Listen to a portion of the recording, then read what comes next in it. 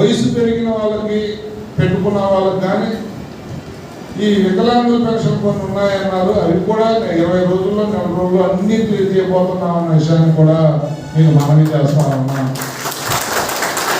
అలాగే ఇల్లు నిన్న కాదు మొన్న ఈనాడు పేపర్లో మీరు చూశారు, జీవో కూడా ఉంది నా ఫోన్లో. మా మండలాల్లో ఇంటికి మొత్తం మన సబ్బవరం మండలంలో ప్రభుత్వ స్థలం కానీ దీపవరం కానీ 1700 ఎకరాలు చూశారు. ఆల్రెడీ ఎక్కడెక్కడ ఏ విలేజ్లో ఎంత భూమి ఉందో గవర్నమెంట్ అధికారులు అందరూ కూడా లెక్కలు తీశారు. అలాగే భీమునిపట్నంలో ఎంత ఇవ్వబోతా ఉన్నారు, ఇక్కడ ఎంత ఇవ్వబోతా ఉన్నారు, గాజువాకలో ఎంత ఇవ్వబోతా ఉన్నారు లెక్కలతో సహా నేను పేపర్లో వచ్చింది. అతి త్వరలో ఇల్లు కూడా ఇచ్చే కార్యక్రమాన్ని నేను మా నాయకులందరికీ ముందు కూర్చున్న వేదిక మీద కూర్చున్న నాయకులకు చెప్తా ఉన్నాను.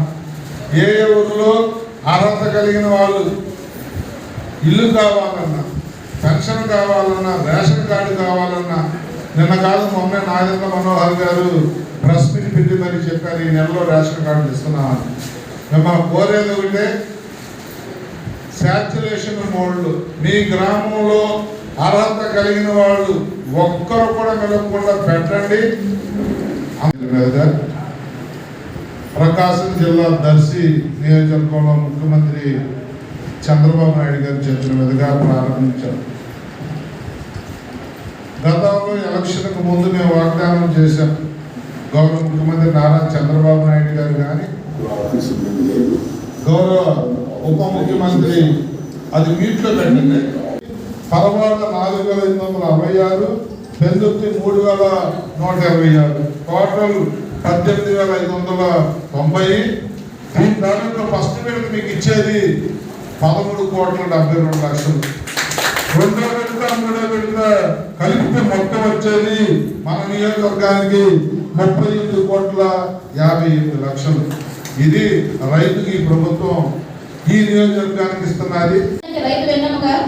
అలాంటి రైతులు ప్రకృతి వైపరీత్యాల వల్ల కానీ వర్షాలు లేక కానీ నష్టపోతే ఆ నష్టానికి కృంగిపోకుండా మళ్ళీ కూడా రైతు పెట్టుబడి పెట్టే విధంగా మన ప్రభుత్వం ముందుకు సాగుతుంది. అలాగే ప్రతి ఒక్కరికి ఆర్థిక సహాయం అందించడం వల్ల వాళ్ళు నిరుత్సాహపడకుండా మళ్ళీ వ్యవసాయం చేసే దిశగా అడుగులు వేస్తారు. ప్రతి ఒక్కరు కూడా ఇవన్నీ గుర్తుంచుకుంటూ మన రైతులందరూ కూడా ఎప్పుడూ ధన్యవాదాలు తెలియజేసుకుంటామని కోరుకుంటున్నాను. అలాగే మన గౌరవ ముఖ్యమంత్రి వరకు ధన్యవాదాలు తెలియజేసుకుంటూ మన శాసనసభ్యులు రమేష్ గారికి మన గ్రామం ప్రతి గ్రామానికి కూడా అభివృద్ధి బాటలో నడిపిస్తున్నారు. యువతకు నిరుద్యోగ అవకాశాలు కానీ గ్రామంలో రోడ్లు కానీ ప్రతి ఒక్క విషయాన్ని కూడా గ్రామ అభివృద్ధిలో ఉంటున్నారు కాబట్టి మన నియోజకవర్గంలోని అభివృద్ధి బాటలో నడిపిస్తున్నారు కాబట్టి రైతుల తరఫున